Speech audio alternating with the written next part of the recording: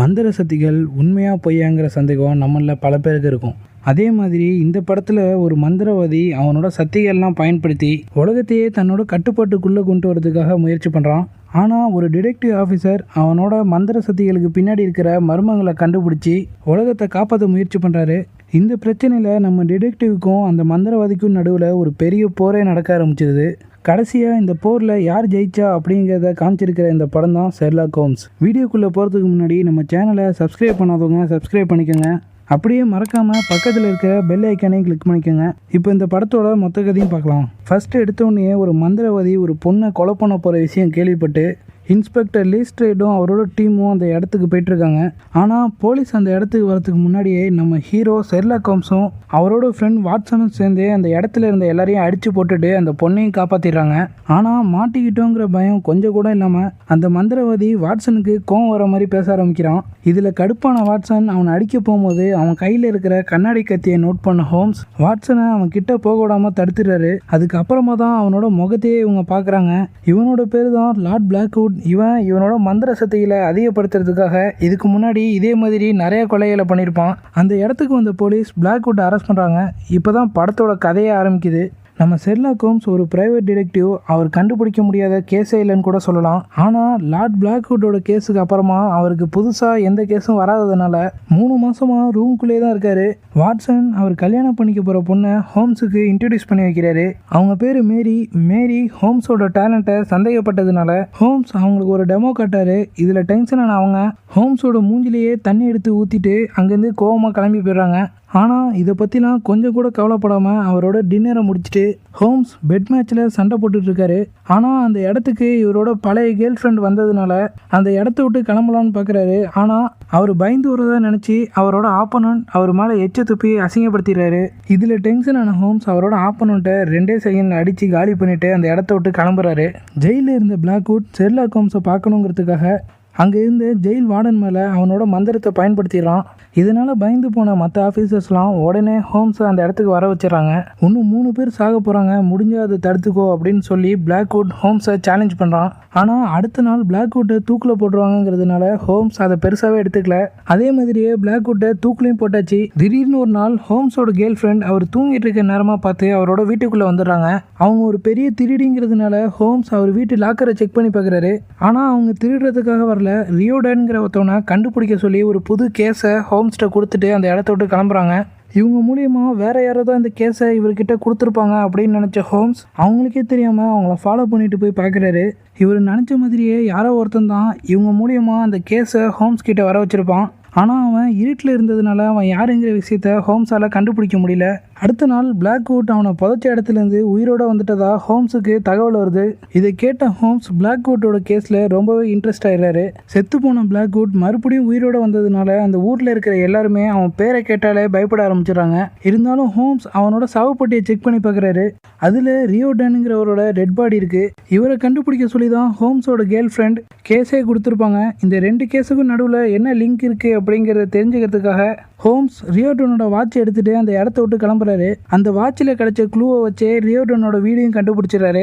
அந்த வீட்டில் ரியோடன் நிறைய சயின்ஸ் எக்ஸ்பெரிமெண்ட்லாம் செஞ்சு பார்த்ததுக்கான எவிடன்ஸ்லாம் இருக்குது. அங்கே கிடைச்ச க்ளூவை வச்சு ரியோடன் பிளாக்வுட்டுக்காக தான் வேலை பார்த்தாங்கிற விஷயத்த கண்டுபிடிக்கிறாங்க. அது மட்டும் இல்லாமல் அவன் வேலை முடிஞ்சிட்டதுனால பிளாக்வுட் ரியோடனை கொலை பண்ணியிருப்பான். வேறு ஏதாவது க்ளூ கிடைக்குதான்னு சொல்லி ஹோம்ஸும் வாட்சனும் பார்த்துட்டு இருக்கும்போது அங்கே இருக்கிற எல்லா எவிடன்ஸையும் அழிக்கிறதுக்காக அங்கே சில பேர் வரானுங்க. ஆனால் இவங்க 2 பேருக்கும் இங்கே நடந்த எல்லாமே தெரிஞ்சிருக்குங்கிறதுனால இவங்களையும் சேர்த்து கொல்ல பார்க்குறானுங்க. ஆனால் இந்த சண்டையில் ஊரே நாசம் பண்ணதுனால ஹோம்ஸையும் வாட்சனையும் அரெஸ்ட் பண்ணிடுறாங்க. வாட்சனை மேரி பெயில் எடுத்துடுறாங்க. கொஞ்ச நேரம் கழித்து ஹோம்ஸையும் யாரோ ஒருத்தர் பெயில் எடுத்து அவரோட முகத்தை மறைச்சி அவங்களோட இடத்துக்கு கூட்டு போயிடுறாங்க. ஆனால் போகிற வழியில் கேட்ட சத்தம், ஸ்மெல், இது எல்லாத்தையும் வச்சு இப்போ எங்கே இருக்காருங்கிற விஷயத்த ஹோம்ஸ் கரெக்டாக கண்டுபிடிச்சிடுறாரு. அது மட்டும் இல்லாமல் அவருக்கு முன்னாடி இருக்கிற டேபிளில் இருக்கிற பேப்பரை வச்சு இவரை கடத்திட்டு வந்தவர் தான் டெம்பிள் ஆஃப் 4 ஆர்டருங்கிற சீக்ரெட் சொசைட்டியோட ஹெட்டுங்கிற விஷயத்தையும் கண்டுபிடிச்சிடறாரு. இவர் தான் பிளாக்வுட்டோட அப்பா. பிளாக்வுட் இவரோட இடத்துக்கு வரத்துக்காக இவரே கொலை பண்ணிடுவானோ அப்படின்னு பயந்து தான் பிளாக்வுட்டை பிடிக்க சொல்லி ஹோம்ஸ் கிட்ட ஹெல்ப் கேட்கறதுக்காக தான் அவரை இங்கே கூட்டிகிட்டு வந்திருப்பாங்க. ஹோம்ஸும் ஹெல்ப் பண்ண ஒத்துக்கிறாரு. ஆனால் ஏதோ ஒரு காரணத்துக்காக ஹோம்ஸோட கேர்ள் ஃப்ரெண்ட் அவரை மயக்கமாக்கி அவரோட ரூம்லேயே லாக் பண்ணிட்டு போயிடுறாங்க. அந்த டயத்தை யூஸ் பண்ணி பிளாக்வுட் அவனோட அப்பாவையும் கொன்னுட்டு அவரோட மோதிரத்தையும் எடுத்துகிட்டு போயிடறான். அடுத்த நாள் ஹோம்ஸ் அவர் செத்த இடத்த இன்வெஸ்டிகேட் பண்ணி பார்த்துட்டு இருக்காரு. அப்போ அந்த இடத்துல ஒரு சீக்ரெட் ரூமே கண்டுபிடிக்கிறாரு. அது மட்டும் இல்லாமல் அங்கே கிடைச்ச சில எவிடன்ஸையும் எடுத்துகிட்டு அந்த இடத்த விட்டு கிளம்புறாரு. அன்னைக்கு நைட்டே பிளாக்வுட் அவங்க அப்பா ஹெட்டாக இருந்த சீக்ரெட் சொசைட்டியை இவனோட கண்ட்ரோலுக்கு கீழே கொண்டு வரான். அது மட்டும் இல்லாமல் ஒட்டுமொத்த இங்கிலாண்டையும் இவனோட கட்டுப்பாட்டுக்குள்ளே கொண்டு வரணுங்கிறது தான் இவனோட பிளானே. அங்கே இருந்து யாருக்குமே இதில் விருப்பம் இல்லைனா கூட இவனோட மேஜிக் பவருக்கு பயந்து எல்லாரும் பேசாமல் இருக்காங்க. ஆனால் ஒருத்தவர் மட்டும் தைரியமாக அவனை எதிர்க்கிறாரு. அவனை கொல்லவும் ட்ரை பண்ணுறாரு. ஆனால் பிளாக்வுட்டை சுட்ட அடுத்த செகண்டே இவர் உடம்புல நெருப்பு பிடிச்சிருது. இதனால் பிளாக்வுட்டுக்கு சாத்தானோட சக்தி இருக்குது அப்படின்னு சொல்லி அங்கே இருக்கிற எல்லாரும் நம்ப ஆரம்பிச்சிடுறாங்க. அடுத்த நாள் ஹோம்ஸ் இங்கே செத்து போனவரோட டெட் பாடியை வச்சு ஆராய்ச்சி பண்ணி பார்க்குறாரு. 9 Elmsங்கிற இடத்துல இருக்கிற கெமிக்கல் ஃபேக்ட்ரியில் ரெடி ஆகக்கூடிய சில கெமிக்கல்ஸ் இவரோட டெட் பாடியில் இருக்குது. அந்த இடத்துக்கு போய் பார்த்தா பிளாக்வுட்டை பற்றி ஏதாவது லீடு கிடைக்கும் அப்படின்னு சொல்லி அந்த இடத்துக்கு போய் பார்க்குறாங்க. ஆனால் அங்கே யாருமே இல்லை. ஹோம்ஸோட கேர்ள் ஃப்ரெண்டை மட்டும் கொலை பண்ணுறதுக்காக யாரோ பண்ணியாக இருக்கிற மிஷினில் கட்டி தொங்கிட்டுருக்காங்க. இருந்தாலும் ஹோம்ஸும் வாட்சனும் சேர்ந்து அவங்கள எப்படியோ காப்பாற்றிடுறாங்க. அப்போ அந்த இடத்துலேருந்து ஒரு போட் போகிறத பார்த்துட்டு வாட்சன் அதை நோக்கி ஓட ஆரம்பிக்கிறாரு.